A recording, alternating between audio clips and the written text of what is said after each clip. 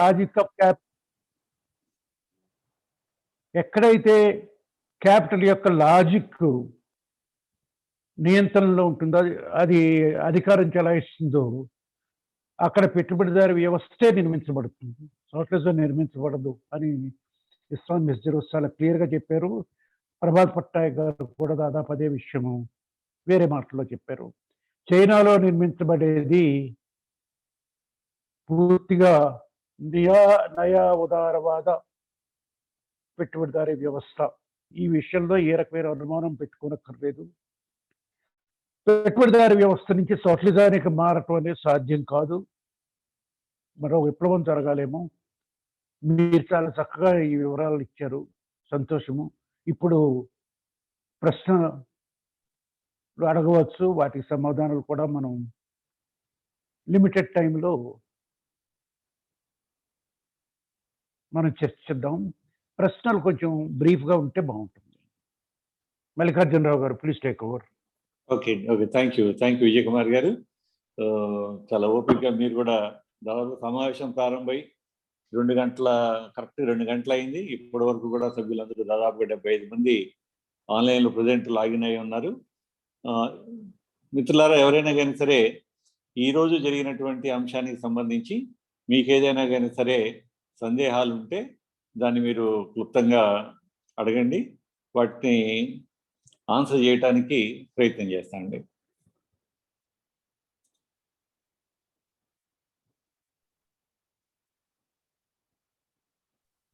అనిల్ రాగిమల్లి గారు లాగిన్ అయ్యారు కదా? ఉన్నారండి. సరే.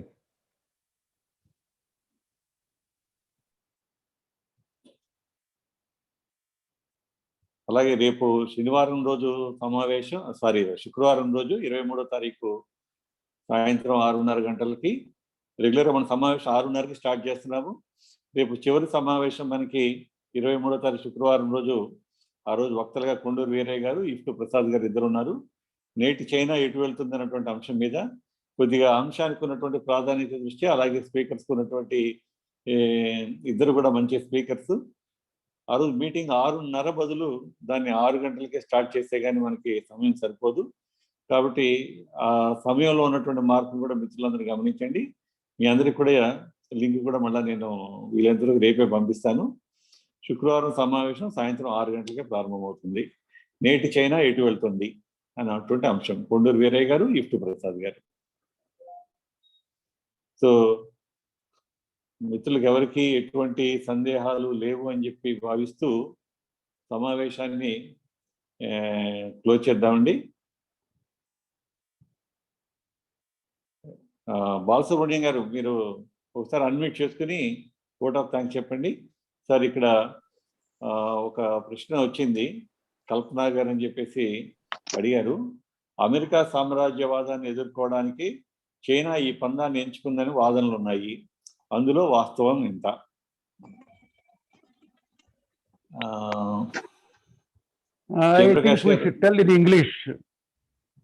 ఒకసారి ట్రాన్స్లేట్ చేసి చెప్పండి విజయ్ కుమార్ గారు.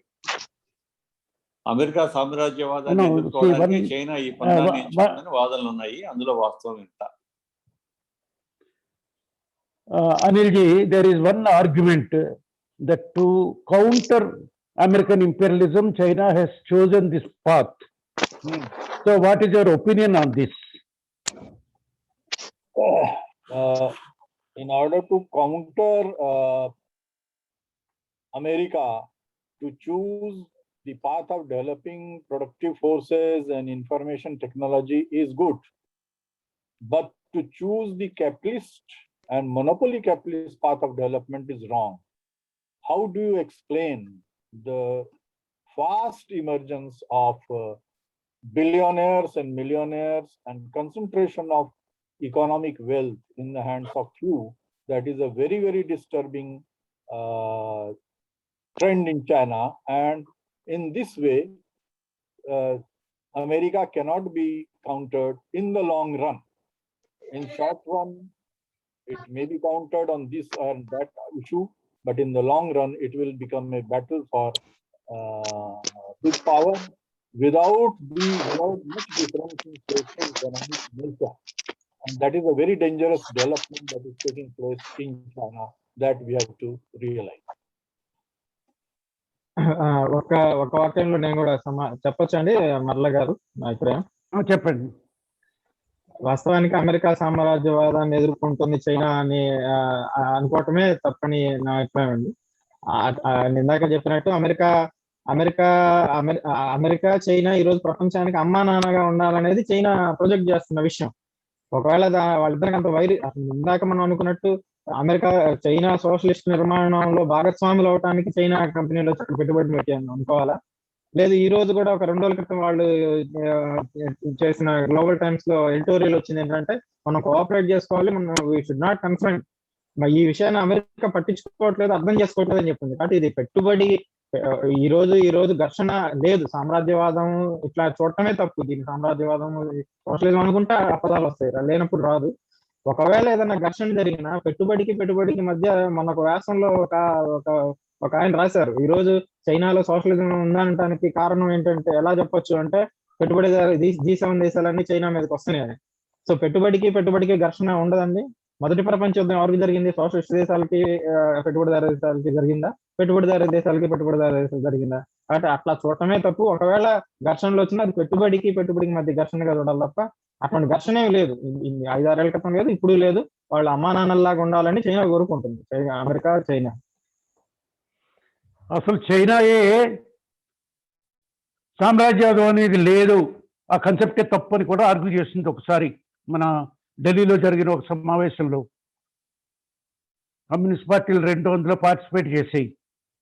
అంచేత ఇది సామ్రాజ్యవాదంతో ఘర్షణగా మనం లెక్కేయకూడదు. ఇంకేమైనా ప్రశ్నలు ఉంటే దయచేసి చెప్పండి, లేదంటే కంక్లూడ్ చేద్దాం. మల్లికార్జునరావు సార్, తాజారావు గారు ఒక ప్రశ్న అడిగారు, అది చాట్ బాక్స్ లో పెట్టాను. జయప్రకాష్ గారు ఒకసారి చూడండి. చూసారండి, ఆ రెసిస్టెన్స్ గురించి అడిగారు తాజారావు గారు.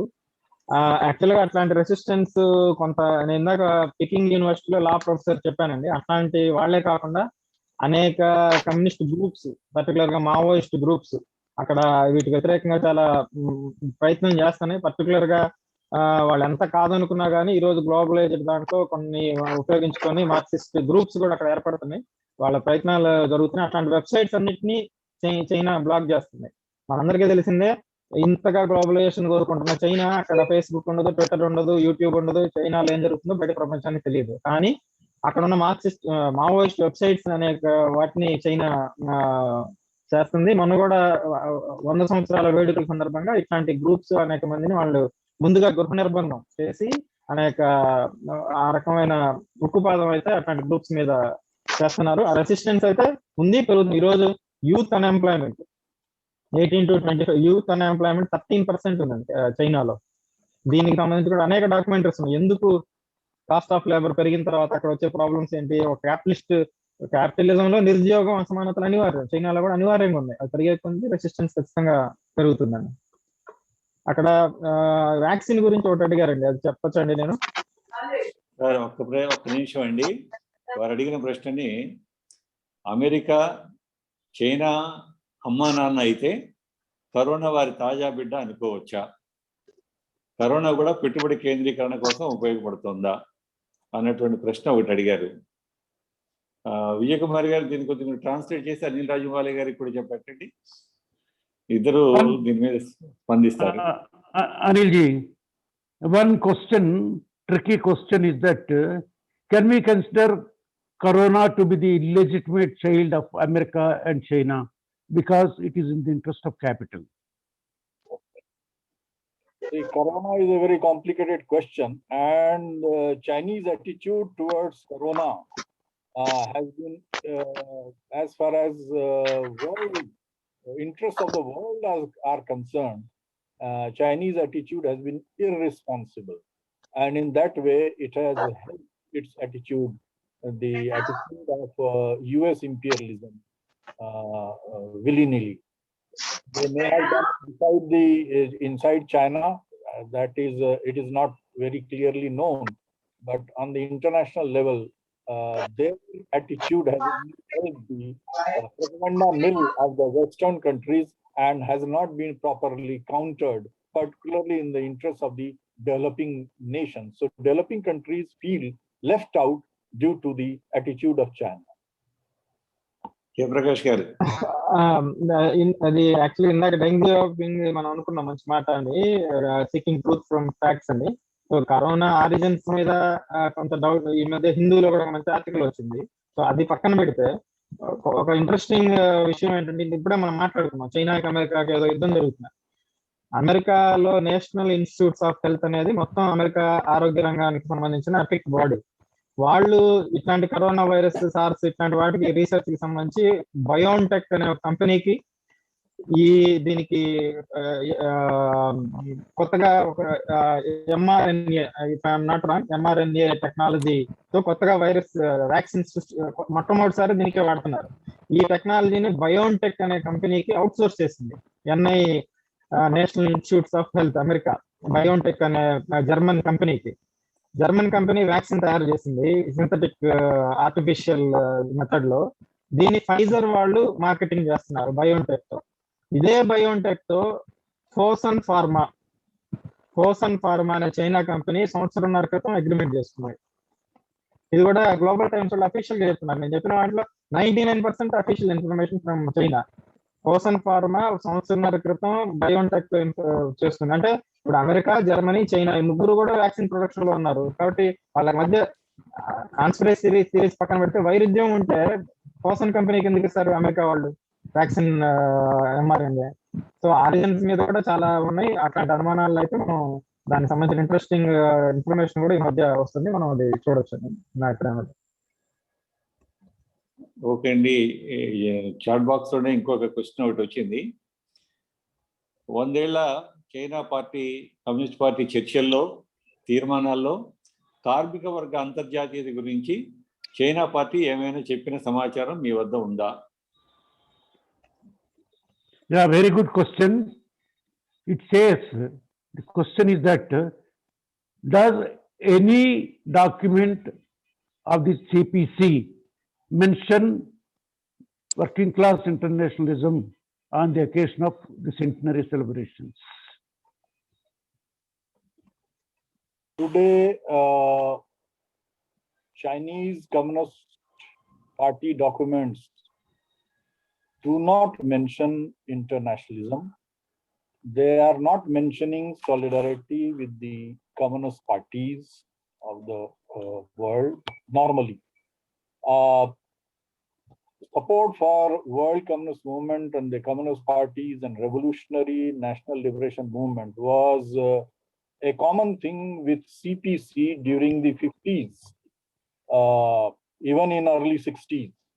But after that, it has gone down. And today, in Chinese press, like China Daily, Shanghai Globe, and other papers, you will not find any criticism of imperialism, even of capitalism.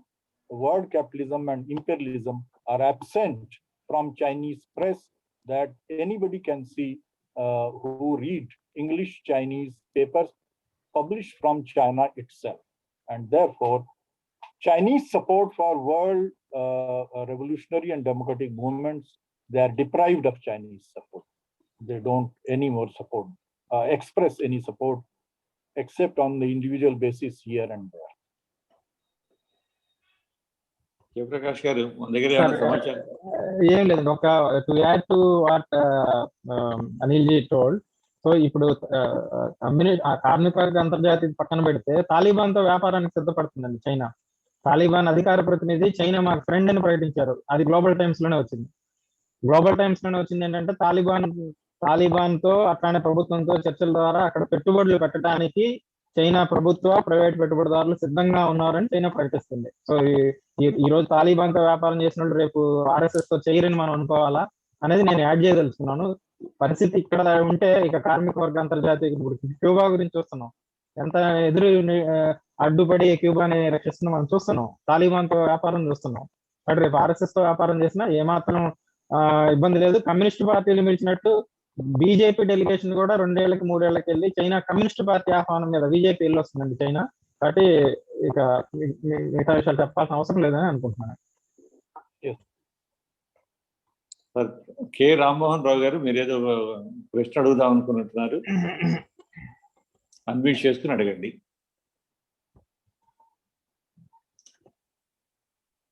Okay, Jaganmohan Rao గారు.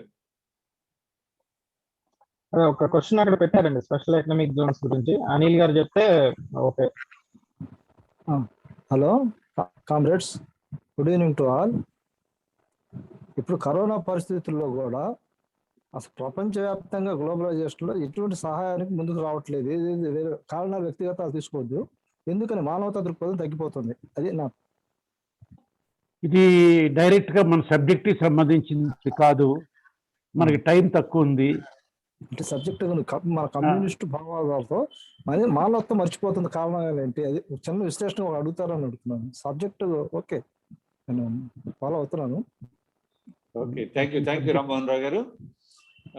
ఇక్కడ ఒక ప్రశ్న జగన్మోహన్ రావు గారు అడిగారు, special economic zones are different from India versus China. China is not a looting land as the own to the industrialist only leaser అన్నారు. Sir so from light on SEZ, India versus China, what is the difference? There is not much difference. There are differences in detail, but in 6 economic zones. Each economic zone is much bigger than the SEZs that are available in India. They are far more bigger. Each of them, Shenzhen and Pudong and all that, one economic zone of China is equal to all the economic zones, special economic zones in India. So you can understand the activities of foreign multinationals and finance capitalists in China.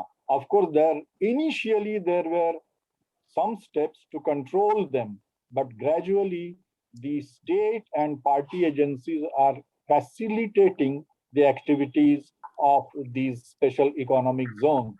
The most disturbing factor about economic zones are there is no labor law. There are no labor rights. The labor is enrolled and dismissed at will, and no laborer is kept on job for more than a year. The working hours are so long, for example, in Shenzhen, that even 16 hours and 18 hours are there, and many of them, a large number of them, are forced to commit suicide. Now only, due to protests which were suppressed often, some rise in wages have been allowed. Now, secondly, from the economic zone, there is larger and larger amount of export from China, from these SEZs to other countries. Part of it goes to the Chinese government, only part, major portion goes to the MNCs. And lastly, in these economic zones, special rights for a section of Chinese rich, Chinese billionaires and millionaires, plus foreign managers and all those kinds of people, there are special rights for them. Of course, sometimes we give preference, some comforts to the foreign guests. That is another matter. But regularly to give these rights even to the Chinese bourgeoisie, and rising bourgeoisie, that in contrast to the Chinese people, whose services are also being partly privatized. You can find in China Delhi, which is an English Delhi coming out from Beijing, there are long reports about privatization of education, privatization of health service, privatization of many other things. And these are very disturbing factors. If the SEZs were used for development of the people, development of the economy in the interest of people, that was one thing. But gradually and more, SEZs have become a vehicle for penetration in Chinese economy and for greater concession for FDI, foreign capital, and so on. These are the things we are opposing in our own country. maybe there are certain things which are more disturbing in India, less disturbing in China, but that is no consolation. Chinese economy today, in Chinese economy, the picture is state sector is restricting, is pulling back, and private mixed and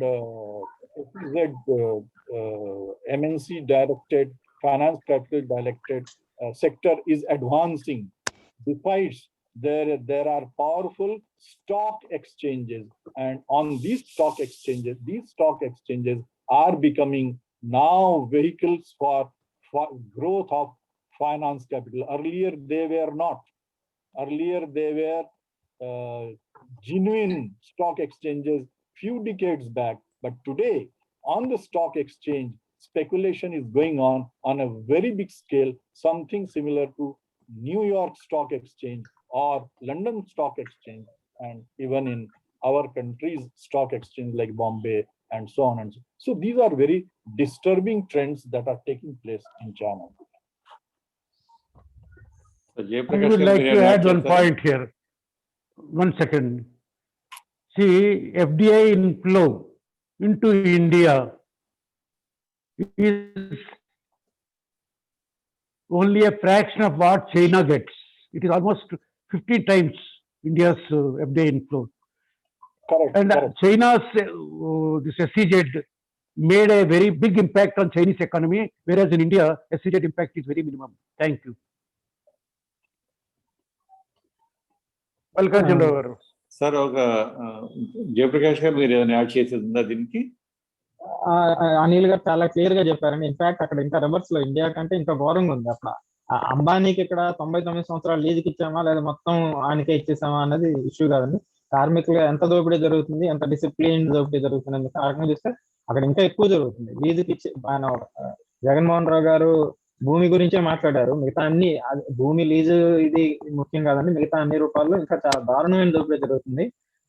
అదే జగన్మోహన్ రావు గారు ఒక personal comment కూడా పెట్టారు కాబట్టి నేను దానికి సమాధానం ఇవ్వాలనుకుంటున్నానండి. నూనె జగన్మోహన్ రావు గారు మీరు టూ మచ్ అని అన్నారు. అవునండి, ఒక 4-5 ఏళ్ల క్రితం మీరు ఆలోచించినట్టు నేను ఆలోచించామండి. బట్ వాస్తవాలు తెలిసే కొద్దీ సీకింగ్ ట్రూత్ ఫ్రమ్ ఫ్యాక్ట్స్ అని డెంగ్ జియాపింగ్ చెప్పారు. మేము మార్క్సిస్ట్ పద్ధతిలో చూసిన అవన్నీ తెలిస్తే మరి అది టూ మచ్. నేను చెప్పిన ఇన్ఫర్మేషన్ ఏది నా అభిప్రాయం కాదు. తాలిబాన్తో వ్యాపారం చేస్తాం అన్నది నా అభిప్రాయం కాదు. ఏది కూడా నా అభిప్రాయం కాదు. ఎన్ని వాళ్ళు రోజు రాశి ఫలాలు చెప్తుంది నా అభిప్రాయం కాదు.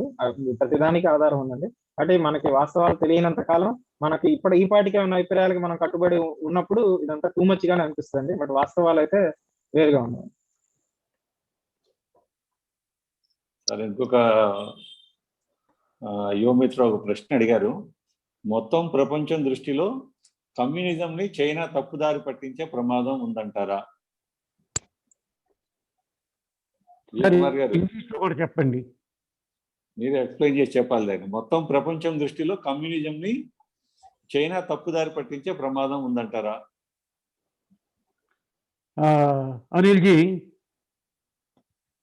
Anilji, the question is that the China, by distorting communism,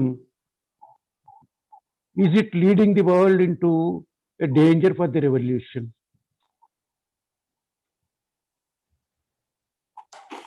See, first of all, Chinese Communist Party disrupted the international working class movement. Today, it is almost an independent force, as separate from the international working class movement. It has close relations with non-revolutionary organizations. Formal relations are nothing bad in that, but the tendency is to establish greater and greater contacts with non-revolutionary, even non-democratic organizations. China today has become Chinese foreign policy is in no way helpful to the democratic movement all over the world and working class movement all over the world. So it is not, suppose imperialism and other such forces, right-wing reactionary forces, attack.